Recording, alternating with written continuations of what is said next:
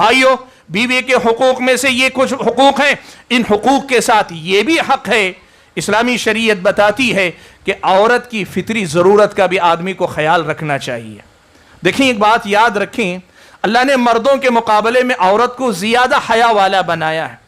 مرد اپنی خواہش کا اظہار ہو سکتا ہے جلدی کر دے، عورت بسا اوقات اپنی خواہش کا اظہار جلدی نہیں کر پاتی۔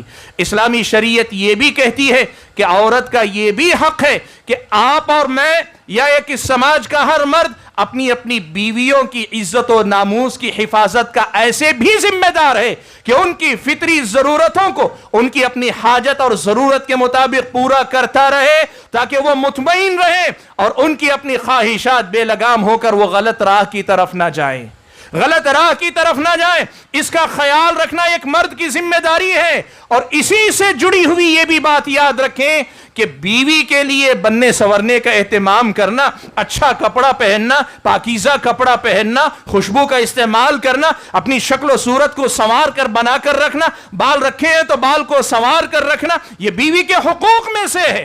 یہ بیوی کے حقوق میں سے ہے کہ آپ اپنی بیوی کی خاطر اپنے آپ کو بنا کر رکھیں، اپنے آپ کو سنوار کر رکھیں۔ سبحان اللہ، ہمارا سماج بڑا عجیب ہے۔ آدمی گھر سے باہر نکلتا ہے، گھر سے باہر بن سور کر نکلتا ہے، گھر والی کے لیے بننے سورنے کا اہتمام نہیں، اور یہی معاملہ عورتوں کا بھی ہے، میں بتاؤں گا آگے۔ لیکن اسلام یہ کہتا ہے کہ اپنی بیوی کی پاک دامنی کا خیال رکھنے کی ایک ذمہ داری آپ پر بھی ہے۔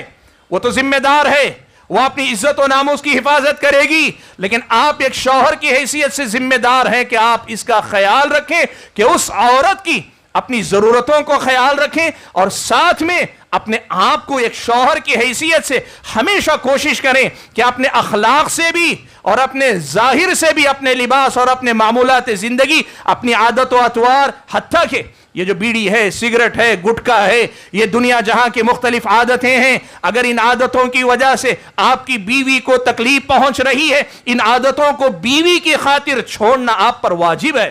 ایک تو ویسے ہی یہ غلط عادتیں، ان میں سے بہت سارے حرام بھی ہیں، لیکن اگر ان میں سے کوئی حلال بھی ہے لیکن بیوی کے لیے حرج کا سبب بن رہا ہے، تو یہ ہونا چاہیے کہ بیوی کی خاطر آپ کچھ قربانی دینے والے بنے۔ یہ اسلامی شریعت ہمیں سکھاتی ہے کہ شوہر اپنی بیوی کے ساتھ کیسا رہے۔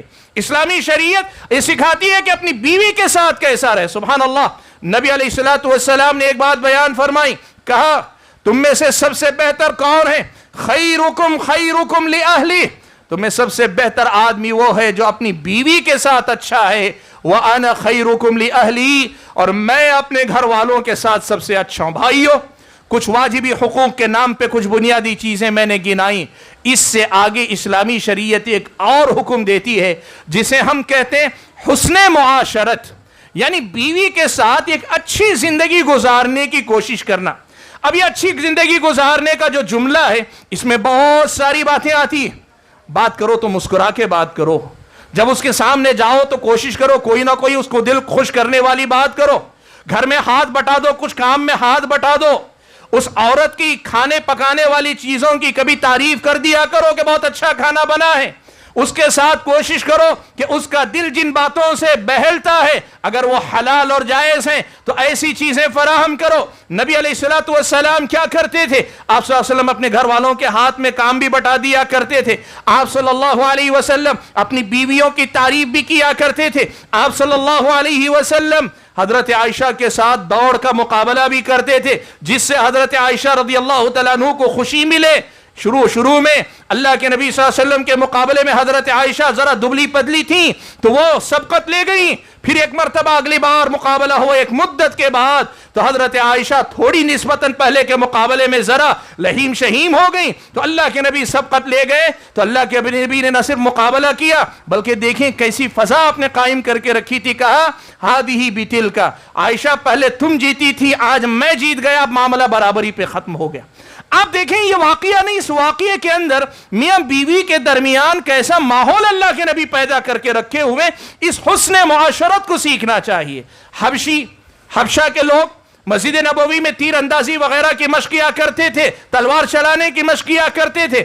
اللہ کے نبی اپنے حجرے میں کھڑے ہو کر، دروازے پہ کھڑے ہوتے، حضرت عائشہ آپ کے پیچھے کھڑے ہو کر ان کے کھیل کا نظارہ کیا کرتی تھی۔ اللہ کے نبی صلی اللہ علیہ وسلم جب تک وہ خود کہتی کہ ہاں سیر ہو گئی، کافی ہو گیا، تب تک اللہ کے نبی وہاں سے ہٹتے نہیں تھے۔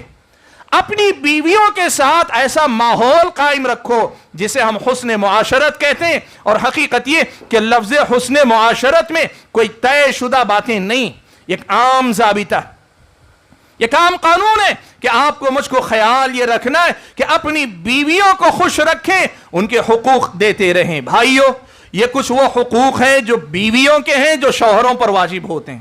حسن معاشرت کے باب میں ایک حدیث سنانا ضروری ہے جو اللہ کے نبی نے بیویوں سے متعلق کہی۔ حضرت معاویہ بن حیدہ قشیری رضی اللہ تعالیٰ عنہ نے اللہ کے نبی صلی اللہ علیہ وسلم سے پوچھا، اللہ کے نبی ما حق زوجت احدنا علیہ، ہم میں سے کسی کی بیوی ہے تو اس بیوی کا ہم پر کیا حق واجب ہے؟ اللہ کے نبی صلی اللہ علیہ وسلم نے کہا تطعمها اذا طعمت وتكسوها اذا اكتسيت، کہا دیکھو جب کھاتے ہو تو اس کو بھی کھلانے کی کوشش کرو، اور جو پہنتے ہو اسے بھی پہنانے کی کوشش کرو۔ یہ بڑی عجیب بات ہے جو ہمارے سماج میں دیکھنے میں آتی ہے اور اکثر مردوں سے کوتاہی ہو جاتی ہے۔ مرد حضرات اپنے دوست احباب کے ساتھ ہوٹل پہ جاتے ہیں، باہر کہیں جاتے ہیں، کھا پی کر آتے ہیں، اچھا سا کھاتے ہیں، الحمدللہ کھانا غلط نہیں، لیکن اپنی بیوی کو اور اپنے بچوں کو بھول جاتے ہیں۔ حسن معاشرت یہ ہے کہ جب آپ اچھا کھاتے ہیں تو تھوڑا سا پیک کروا کے اپنے ساتھ اپنے گھر بھی لے جائیے کہ گھر والی کو بھی جانا۔ آپ کی ترتیب بنی ہوئی تھی، آپ کی ترتیب بنی ہوئی تھی کہ آپ گھر میں کھانا کھائیں گے، اچانک کچھ دوست مل گئے، احباب مل گئے، ہوٹل جانا ہوا، گھر ایک مرتبہ کال کر لیں، پوچھیں کھانا بن گیا ہے؟ نہیں، میں ہوٹل آ گیا ہوں، آپ کے لیے بھی کھانا لے آؤں گا، انتظار کر لیں۔ کوشش کریں کہ جو اچھا سا آپ کھاتے ہیں وہی اچھا اس کو بھی کھلائیں۔ بہت سارے مرد حضرات ایسے ہیں، شاپنگ کا بڑا شوق ہے، اچھے اچھے کب لباس پہنتے، نیا نیا کپڑا، ہر مہینے کپڑے، ہر ہفتے کپڑے بدلتے ہیں، نیا نیا کپڑا، ہر برانڈ کا کپڑا خریدتے ہیں، اور بیوی کے لیے گھر میں کوئی شادی آنی چاہیے یا عید بارات آنی چاہیے۔ ایسے نہیں ہوتا۔ آپ جب اچھا کپڑا پہنتے ہیں، حسن معاشرت میں یہ بھی ہے کہ اللہ کے نبی نے یہ بھی کہا کہ آپ اس کا خیال رکھیں۔